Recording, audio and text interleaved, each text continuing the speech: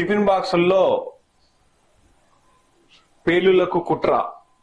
ఇది ఇంతకు ముందు ఉమ్మడి ఆంధ్రప్రదేశ్ ఉన్నప్పుడు, ఇట్లాగే కాంగ్రెస్ ప్రభుత్వం అప్పుడు కూడా దాంట్లో మన హైదరాబాద్ లోపల కోటి, దిల్సుఖ్ నగర్ ఇవన్నీ ప్రాంతాల లోపల ఒకటేసారి 6 బాంబు పేలుళ్లు లేని. సేమ్ అదే తరహా ఇప్పుడు మళ్ళీ కుట్ర జరిగిందని చెప్పి ఆ కుట్రను ఛేదించడము జరిగింది మన హైదరాబాద్ లో ఉన్నటువంటి ఎన్ఐఏ అధికారులు. ఇక్కడ చూసినట్టయితే టిఫిన్ బాక్సులతో బాంబులకు కుట్ర. ఆన్లైన్ లో టిఫిన్ బాక్సులు, వైర్లు, రిమోట్ సెల్స్ ఆర్డర్స్. ఎక్కడ బయట తీసుకుంటే ఇబ్బంది అయిద్దని చెప్పేసి ఆన్లైన్ లోపల అమెజాన్, ఫ్లిప్కార్ట్ కొన్ని సైట్లు ఏవైతున్నాయో సోషల్ మీడియా సైట్ల ద్వారా తెప్పించుకున్నారట. దాని గురించి ఒకసారి మనం వివరంగా చూద్దాం. అమ్మోనియం సల్ఫేటు, సల్ఫర్, అమ్మోనియంలతో అల్యూమినియంతో కూడిన కొనుగోలు దేంట్లో ఈ యొక్క అమెజాన్, ఫ్లిప్కార్ట్ సోషల్ మీడియా సైట్లలో. హైదరాబాద్ లో 3 రోజుల పాటు మకాం వేసిన 6 ICS అనుమానిత టెర్రరిస్టులు. బోయగూడలో 3 రోజుల మీటింగ్. ఏపీ రంపచోడవరంలో బ్లాస్టింగ్ రిహార్సల్స్. బ్లాస్టింగ్ల కోసం 4 సభ్యులకు బాధ్యతలు. విజయ్ ఎబ్బెగరం పోలీసుల రిమాండ్. రిపోర్టులో సంచలన విషయం. రంగంలోకి దిగిన ఎన్ఐఏ వివరాల సేకరణలో నిమగ్నం. హైదరాబాద్ లో పేలుళ్లకు కుట్ర పన్నిన కేసులో సంచలన విషయాలు బయటికి వస్తున్నాయి. ఈ కేసులో పట్టుబడ్డ ఏపీ విజయనగరానికి చెందిన సిరాజ్ ఉర్ రెహమాన్, హైదరాబాద్ బోయగూడకు చెందిన సయ్యద్ సమీర్ నగరంలో భారీ పేలుళ్లకు ప్లాన్ చేసినట్టు తెలిసింది. ఇందుకోసం బోయగూడలో 3 రోజులు సమావేశం నిర్వహించినట్టు సమాచారం. బాంబుల తయారీ కోసం టిఫిన్ బాక్సులు, వైర్లు, రిమోట్ సెల్స్ ఆన్లైన్ లో ఆర్డర్ చేసినట్టు ఏపీ పోలీసులు దర్యాప్తు వెల్లడైంది. ఏపీ రంపచోడవరం అడవి ప్రాంతంలో ఇప్పటికే పలుమార్లు బాంబ్ బ్లాస్టింగ్ రిహార్సల్స్ నిర్వహించినట్టు గుర్తించారు. హైదరాబాద్ లో డమ్మీ బ్లాస్టింగ్స్, ఆ తర్వాత వరుస పేలుళ్లకు కుట్ర చేసిన కేసులో సమీర్, సిరాజ్ లను కౌంటర్ ఇంటెలిజెన్స్ శనివారం అరెస్ట్ చేసింది. విజయనగరం 2 టౌన్ పోలీసులు కేసు నమోదు చేసి దర్యాప్తు చేస్తున్నారు. నిందితుల రిమాండ్ రిమోట్ లో సంచలన విషయాలైతే చూడడము జరుగుతుంది. ఇది ఒకసారి చూడాలి. ఈ టెర్రరిజం అనేది ఖాళీ ఈ ఒక్క వర్గానికి చెందిన వారు మాత్రమే చేస్తున్నారు. మరి ఒక వర్గం వారు మరి ఎందుకు టెర్రరిజం వైపు వాళ్ళు వెళ్తున్నారు అనేది కూడా మనము తెలుసుకోవాలి.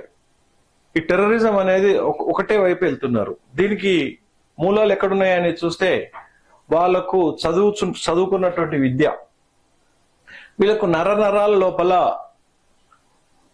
ఎవరైతే ఇక్కడ దాన్ని ఏమంటారు, వీళ్ళ యొక్క ఉర్దూ పాఠశాలలు, వాళ్ళ యొక్క మత బోధన, వాళ్ళు బోధిస్తున్నటువంటి బోధ ఫలితంగా ముస్లిమ్స్ క్యాండిడేట్స్ లోపల ఉగ్ర మూలాలన్నిటివి వస్తున్నాయి.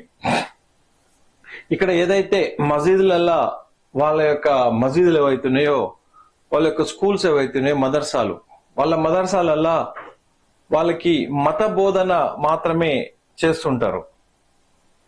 మత బోధన మీద ఎక్కువగా ఉంటుంది.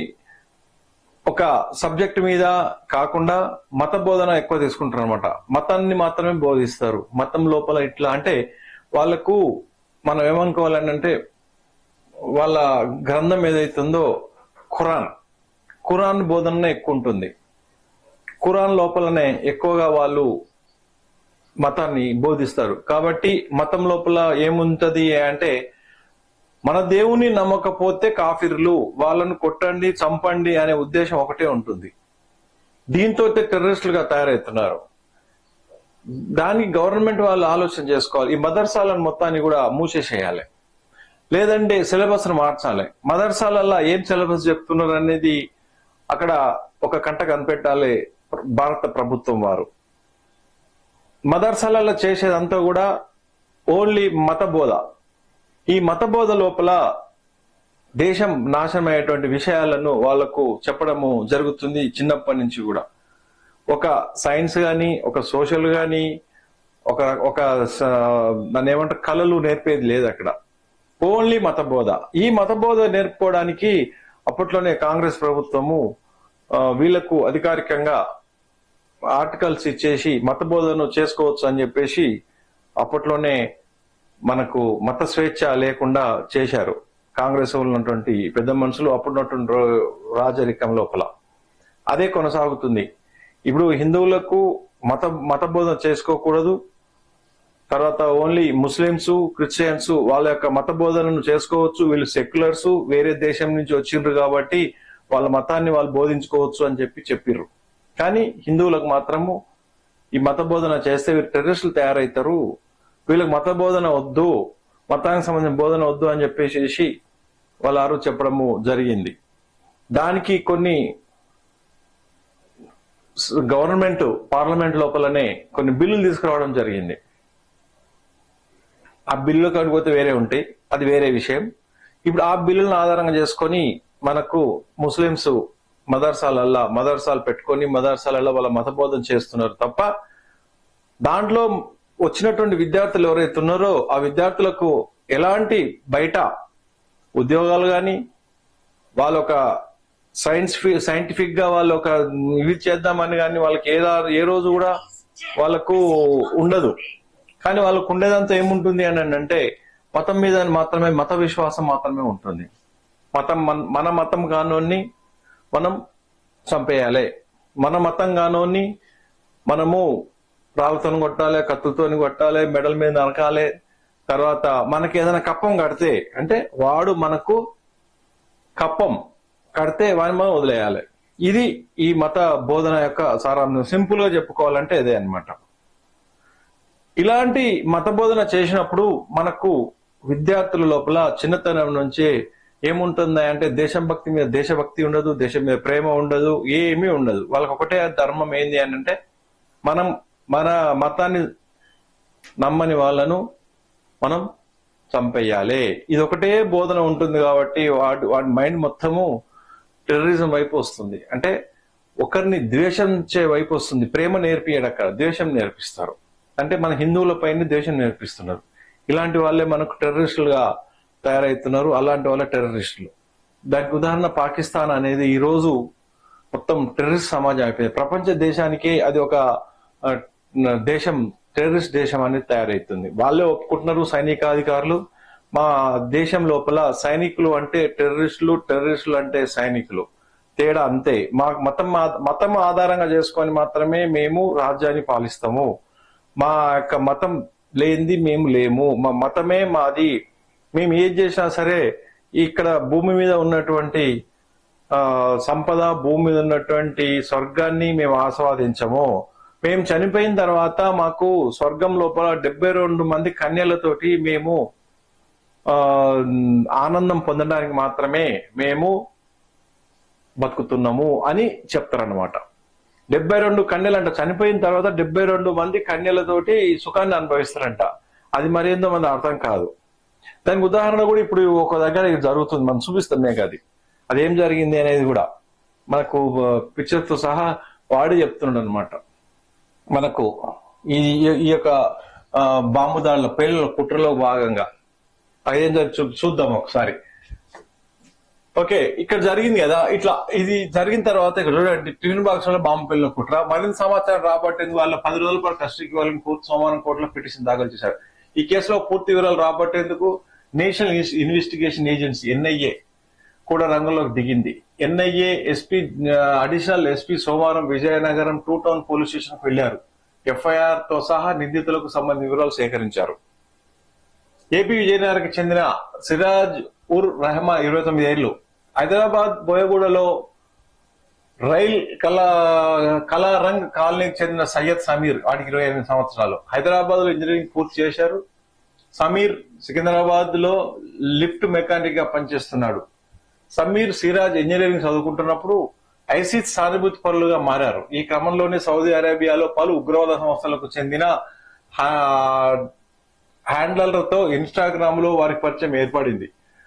ఓకే, సౌదీ అరేబియాలోని పలు ఉగ్రవాద సంస్థలకు చెందిన వారితోటి ఇన్స్టాగ్రామ్ లోపల పరిచయం ఏర్పడింది. సౌదీలోని హ్యాండర్లు సూచనలతో సమీర్ సిరాజ్ కలిసి ఆల్ హింద్ ఇత్తెహాదుల్ ముస్లిమిన్ ను ప్రారంభించారు. ఏపీ, తెలంగాణ, కర్ణాటక, మహారాష్ట్రలోని ముస్లిం యువత మైనర్లకు టార్గెట్ చేశారు. మ్యాజిక్ లాంతర్ పేరుతో సోషల్ మీడియాలో అకౌంట్ ఓపెన్ చేశారు. ఉగ్రవాద భావజాలంతో పోస్టులు చేసేవారిని ట్రాప్ చేసేవారు. సౌదీ హ్యాండర్లు సూచన మేరకు సిరాజ్, సమీర్ కలిసి ఇన్స్టాగ్రామ్ లో గ్రూపులు ఏర్పాటు చేశారు. 3 రోజుల సమావేశం అంటే ఇట్లా వాళ్ళు ఒక సంస్థగా ఏర్పడి వాళ్ళ ఇన్స్టాగ్రామ్ లోపల గ్రూపులు ఏర్పాటు చేసుకొని చేసిరట. ఇన్స్టాగ్రామ్ గ్రూపులు ఏర్పాటు చేసిరట. ఏది దేంట్లో చేయడం, దాని పేరు మ్యాజిక్ లాంతర్ అంట. మ్యాజిక్ లాంతర్ పేరుతోటి ఒక సోషల్ మీడియాలో గ్రూప్ తయారు చేసుకున్నారు. ఈ గ్రూప్ లో ఎవరెవరిని సభ్యులు చేసుకుంటున్నాయి అని అంటే, ఇప్పుడు ఉగ్రవాద కార్యకలాపాలు చేసేటువంటి వారు ఎవరైతే ఉంటారో వాళ్ళను సభ్యులుగా చేర్చుకుంటున్నారు. ఎట్లా అవి ఉగ్రవాద కార్యకలాపాలు అంటే, వాడికి దేశం మీద భక్తి లేకుండా దేశాన్ని ఎవరైతే అధోగతి పాలు చేయాలని చెప్పేసి ఆలోచనతో ఉంటారు కదా, ఈ దేశం సరిగ్గా లేదు, ఆ దేశం బాగుంది, ఈ దేశం బాగుంది చెప్పేవాళ్ళు ఉంటారు కదా. అంటే ఉగ్రవాద కార్యకలాపాలు అంటే దేశం మీద ప్రేమ లేనోళ్ళు, వాళ్ళు అలాంటి వాళ్ళను ఒక సభ్యులుగా చేర్చుకొని ఒక మూటగా తయారయ్యారట. సిరాజ్ గత 6 నెలల వ్యవధిలో పలుసార్లు సౌదీ అరేబియాకి వెళ్లి వచ్చాడు. హ్యాండర్ల వద్ద పేలు పదార్థాలు సేకరించడం, బాంబులు తయారు చేయడంపై శిక్షణ తీసుకున్నాడు. సమీర్ తో పాటు కర్ణాటక, మహారాష్ట్రకు చెందిన 6 సభ్యులతో ప్రత్యేక టీం తయారు చేసిండు. సిరాజ్ పేలు పదార్థాలు సేకరించేలా, సమీర్ సోషల్ మీడియాలో మానిటరింగ్ తో పాటు టీం మెంబర్లు షెల్టర్లకు ఇచ్చేలా బాధ్యతలు తీసుకున్నారు. కర్ణాటక, మహారాష్ట్రకు చెందిన 4 పాటు పలు ప్రాంతాలకు గుర్తించినట్టు తెలిసింది. ఆయా ప్రాంతాల్లో డమ్మీ బ్లాస్టింగ్ చేయడంతో పాటు హైదరాబాద్ లోను,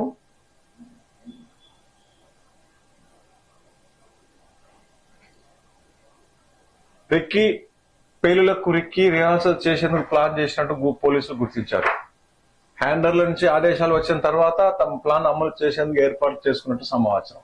ఏపీలో పేలుడు పదార్థాల కొనుగోలు, హైదరాబాద్ లో పేలుడు పదార్థాల కొనుగోలు చేసి దొరికిపోతామనే అనుమానంతో సిరాజ్ ఏపీలోని రిమోట్ ఏరియాల్లో కొనుగోలు చేసేందుకు ప్లాన్ చేశాడు. గత నెలలో రంపచోడవరంలోని అటవీ ప్రాంతాల్లో పలుమార్లు బ్లాస్టింగ్ రిహార్సల్స్ నిర్వహించారు. ఈ క్రమంలోనే ఆన్లైన్ లోను పేలుడు పదార్థాలు ఆర్డర్ చేశారు. పోలీసులకు అనుమానం రాకుండా అమోనియా, సల్ఫర్, అల్యూమినియం తో సహా పేలుడు పదార్థాలను కొనుగోలు చేశారు. ఆ తర్వాత counter intelligence online search operation లో సిరాజ్, సమీర్ పట్టుబడ్డారు. దీంతో పోలీసులు అప్రమత్తమయ్యారు.